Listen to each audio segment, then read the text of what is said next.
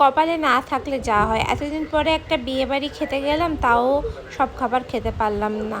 তো প্রথমে মেয়েদেরকে খাইয়ে নিলাম, আর এই যে বউকে দেখতে খুবই সুন্দর লাগছিল, আর মেনু কার্ড দেখিয়ে দিলাম। তারপরে খাম থেকে প্লেটটা বার করে খেতে বসে পড়লাম। প্রথমেই দিয়েছিল ডিমের টেবিল, যেটা আমি খাইনি, দিয়ে দিয়েছি আমার ননদকে, কারণ শ্রাবণ মাস চলছে, আমি তো নিরামিষ বুঝি এখন।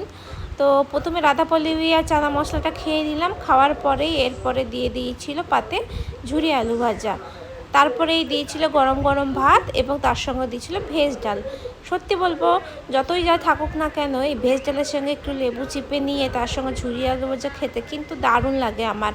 আর এখন আমার সামনে যে যতই মাংস মাছ খাক না কেন, আমার সত্যি একটুও লোভ লাগছে না। আর পাতা পরিষ্কার করে নিলাম, তারপরে দিয়েছিল ফ্রাইড রাইস। ও তার আগে পটল চিংড়িও ছিল, সেটা তো আমি নিইনি।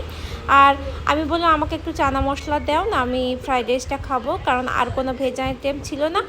আর আমার ননদ খাচ্ছিল চিকেন দিয়ে। তারপরে পাতে পড়ে গেল চাটনি আর পাঁপড়, যেটা আমি খেতে খুব ভালোবাসি, আর ভালো করে চুবিয়ে চুবিয়ে পাঁপড় চাটনি খাই। এরপরে মিষ্টি দিচ্ছিলো, আমি বললাম দিও না, মিষ্টি ভালো লাগে না, আর আইসক্রিম বাড়িতে এসে খেয়েছি।